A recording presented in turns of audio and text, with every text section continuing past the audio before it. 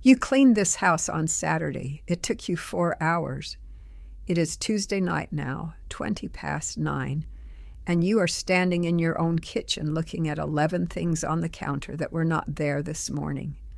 A jacket over the back of a chair, mail, a charger, 2 cups, a shoe, 1 shoe in the middle of the hallway floor, and you do not know how a single shoe gets there. And the thought that arrives is always the same one. I just cleaned this. So you tell yourself you will do it again Saturday, and you will. And by Tuesday, it will look exactly like this, because the problem was never that you did not clean well enough. 4 hours of cleaning cannot beat 5 people putting things down for 4 days. It never could. The house is not dirty. The house is being put down on item by item, hour by hour, and nobody in it has ever been given a rule about where things land. 10 rules. That is the whole of it. And before you tell me you do not have time for 10 new rules, understand what these are. Not one of them takes more than 60 seconds. Not one asks you to kneel or to scrub or to bend down under a sink. Not one asks you to buy a system or a label maker or 40 matching bins. The most expensive thing in the whole list costs about $4, and you can find it in any shop. They are rules, not chores. A chore is work you do. A rule is work that stops happening, and one of them will make you a little uncomfortable. I will tell you which. My name is Maya Sato. I am 58 years old, and I keep an old wooden house in the mountains of Nagano, the house my grandmother, my Oba-chan, raised me in. 5 people have lived here. There are tatami rooms and shoji screens, and a garden that walks mud to my door. And I have not cleaned this house on a Saturday in over 30 years. Here is the whole list so you know where we are going. The walls are lava. The flat surfaces are lava, and I will teach you the rafts. 1 towel, 1 color, 1 person. The kitchen closes at 10. You never leave a room with empty hands. The 1-minute rule. The machine that runs before you wake. 1 load a day, and the part of that one everybody skips. The Sunday morning where you pretend your mother is coming. And the last one, the 1/2 the world refuses, which is where my whole country begins. 10 rules, a few baskets, a few hooks, 5 towels in 5 colors, under $40 in total, spent once. And in about 2 weeks, the house holds itself, and Saturday goes back to being a Saturday. One thing before I start. This video gives you the 10 rules. The book gives you the 30-day plan that brings a house to 0, so that 5 minutes a day actually work. The Maya Library. The link is below and at the top of the comments. If you are watching on television, hold your phone up to the square on the screen. Now, let us begin. Let me start with what almost everyone gets wrong, because if you do not understand this, none of the 10 will hold. You think a messy house is a cleaning problem. It is not. It is a putting down problem. Every mess in your home began as one small, reasonable decision to set a thing on the nearest flat surface, and then to walk away. That is it. That is the entire mechanism. A coat on a chair, mail on a counter, a cup by the sink. And here is the cruel part. A surface with 1 object on it attracts a second object within the hour. Grime attracts grime, and clutter attracts clutter, and both work the same way. An empty counter is defended. A counter with a single envelope on it is open ground. So we are not going to clean more. We are going to make it slightly harder to put things down, and much easier to put them away. That is the whole design. The first one, the walls are hot lava. Nobody touches the walls in this house.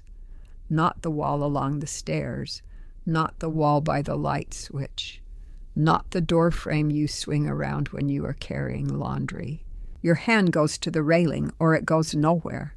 The physical reason is oil. There is oil on your fingers always, and sugar and salt and whatever a teenager last ate. Every touch leaves a fingerprint of it, and that oily print is sticky. So airborne dust, cooking grease, skin, lint, lands on it and stays. In 1 year, you have a gray shadow running up the stairway at hand height, about 90 centimeters off each step, and you cannot see it happen because it happens one hand at a time. Then one day the light comes in sideways at 4 p.m, and you see it, a dark, blurred stripe, and your whole house reads as dingy, no matter how clean the floor is. I have shoji screens in this house, paper on a wooden frame, one hand on a shoji panel, and the mark is there for the life of that paper. And to replace a panel costs me about $8 in paper and half a Sunday. So in this family, we learned young. You do not touch the wall. A house that follows this rule needs its walls washed maybe once every 5 years. A house that does not needs them washed twice a year on a ladder with a bucket at 58 years old. I know which one I want. When I first said this out loud, my family thought I had lost my mind. Say it anyway. Say it as a game. Walls are lava. The second one, and this is the one that changes everything. Flat surfaces are lava too. Every horizontal surface in your home, the counter, the table, the sideboard, the top of the dresser, the shelf by the door, is molten. You put a thing down on it, the thing bursts into flames, unless it lands on a raft. A raft is a shallow tray or a low basket, nothing deep. A wooden tray about 30 centimeters across, 2 or 3 centimeters high, sitting where things naturally land. In my entrance hall, there is a shallow lacquered tray on the shoe cabinet, and everything that comes through that door in a hand goes into it, or it does not come in at all. Keys, post, the glasses I take off, that is the raft. And here is the mechanism, because it is not decoration. A tray is a limit. Mail on an open counter spreads. 6 envelopes become a fan. The fan becomes a drift. The drift becomes a pile you are frightened of. 6 envelopes in a tray are a small stack, and when the tray is full, it is full, and you deal with it. The clutter cannot creep sideways. A wooden tray costs about $4. It is the cheapest thing in this video, and it does the most work. The floor is a surface, too. The floor is lava, which is why a coat on the floor is not a discipline problem. It is a missing hook problem. My children dropped their coats for years, and I shouted about it for years. And then I put 3 hooks by the door at the height of a 12-year-old's shoulder, and the shouting stopped in a week. The hook was the answer, not the shouting. Now, not everything can be put away. The book you are reading tonight, the remote, the reading glasses, those things are alive. They are in use. They still get a raft. A small basket on the low table by the Ingawa holds mine, and when I stand up, the book goes in the basket, not on the arm of the chair. The rule is this: putting away must be as easy as putting down. If putting away is 2 rooms in a drawer, you will lose. If it is a tray at arm's length, you will win every time. The third one: every person gets their own towel in their own color. This began badly. I came out of the bath one evening, took the towel from the hook, and started drying my face, and it was damp, and it was not mine. I will not describe what went through my mind. You already know. So now, 1 color, 1 person, 5 towels, 5 colors, and nobody has to think. But the real reason I keep this rule is not that. It is the bathroom my two youngest shared, because neither of them could tell whose towel was whose. Neither of them would hang one back up. They dropped them on the floor. Every day. And I would come into a wet heap, and I could not blame anyone, because I did not know whose it was. That is the mechanism, and it is worth understanding. Anonymous mess is immortal. Mess with a name on it dies in 3 days. The moment the green towel on the floor is unmistakably your green towel, the green towel goes back on its hook. The fourth one. The kitchen closes at 10 o'clock at night. I wipe the counters, I run the sink, I dry it, and after that the kitchen is shut. And it is not truly shut. Anyone can come down and eat. But they come down knowing they are in a closed kitchen, and a closed kitchen gets cleaned up behind. The bowl goes in the machine. The crumbs get swept off the board. Because here is what happens without it. You go to bed with a clean kitchen at 10. Someone eats at 11:30. You wake at 6 and the day starts with a defeat. A board, a knife, a plate, crumbs. And that defeat sets the tone for the whole house until evening, 10 o'clock. The kitchen is closed. That is all it takes. And I will say the thing nobody selling you a cleaning product will say. The cleaning industry does not make money from a house that does not get dirty. There is no bottle for this rule. There is nothing to reorder, which is precisely why you have never seen it in an advertisement. The fifth one. Never leave a room with empty hands. This one is small, and it is the most powerful of the 10. Every time you leave a room, something goes with you. Going upstairs, the laundry basket goes up with you. Going down for a drink, the old cup comes down. Going out to water the garden, take the empty shopping bags to the car on the way. Look at your hands right now walking out of a room. They are usually empty. Empty hands, 10, 20, 30 times a day, past objects that are already out of place. And here is what the rule really does.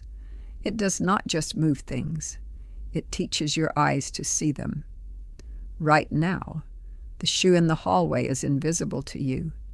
It has been there 4 days, and you have walked past it 9 times. Once you have this rule, the shoe becomes loud.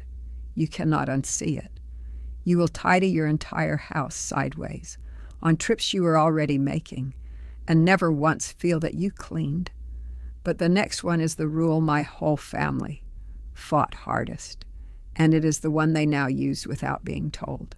The sixth one, the 1-minute rule.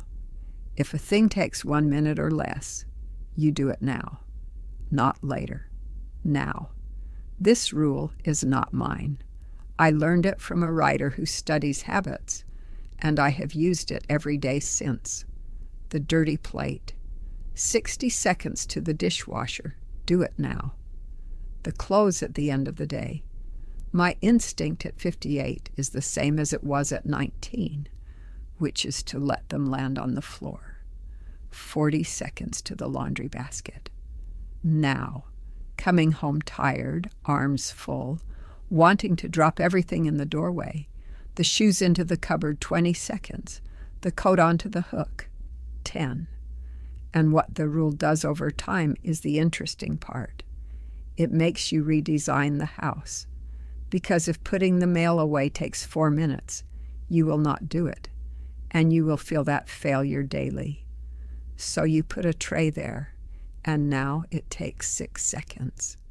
The 1-minute rule finds every place in your home where putting away is too slow, and it forces you to fix it. The 7th one. The machine runs every single day, and it runs first thing in the morning. I have a robot vacuum. It starts at 7 in the morning, before I have finished my first cup of tea, and it takes about 45 minutes to do the ground floor. Once a day, every day, no exception, no decision. The floors are cleaner, obviously, but that is only half of what it is for. The sound of that machine working is an alarm clock of a different kind. I hear it moving, and I do not sit down. I answer the letter I have been avoiding. I wipe the stove. It is company that works, and you work alongside it. If you do not have a machine, this rule still stands. Set one timer, first thing, for the floor you walk on most. The point is that it is not a decision. Decisions are what fail. The 8th one load of laundry a day, washed, dried, and put away. That last part is the whole rule. Anyone can start a machine. The clean clothes sitting in the basket at the foot of the bed for 4 days are still laundry. They are just laundry you have moved. It is not finished until it is in the drawer. I hate this chore more than any other in this house, so I made it cost nothing. One load is 12 or 15 items, sorted into 3 piles on the bed, into drawers, done, under 5 minutes. Not everything gets folded. Towels get rolled. Socks go in a box unmatched, and the world has not ended. 5 minutes a day, or 2 hours on a Saturday with clean clothes decorating every chair in the house. That is the choice. There is no third option. The 9th one, the Sunday reset. Every Sunday I clean as though my mother is arriving Monday morning. The beds get made, even though we do not make beds on a Tuesday. The small things get put right. The crooked cushion, the drawer that will not close, the vase that needs new water. Then the food. I plan the week's meals in about 10 minutes, looking at what will spoil first, and I cook what can be cooked ahead.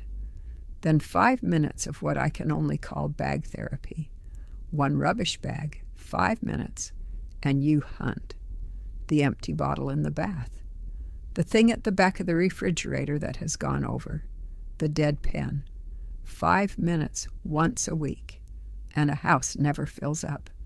And then we pay what has to be paid. Sunday, every Sunday. Monday morning does not begin in a hole. That is the whole purpose. The 10th one. And it is not really my rule, it is my country's rule. The shoes come off at the door. We come in. We step up into the genkan. We take them off. We turn them to face out. And we go in. Every home, every time. No exception. No discussion. The reason people give is dirt, and that reason is true. Everything the street has on it, you carry in on 4 soles and grind into the floor where a child sits. But the reason that matters more is the design of it. Taking off your shoes is a threshold. It is one deliberate action, 6 seconds long, that says, the outside stops here. And I have wondered for years, honestly, about houses where shoes stay on. Where do they go in the end? You come home in heavy boots. Do you keep them on all evening? On the sofa or off?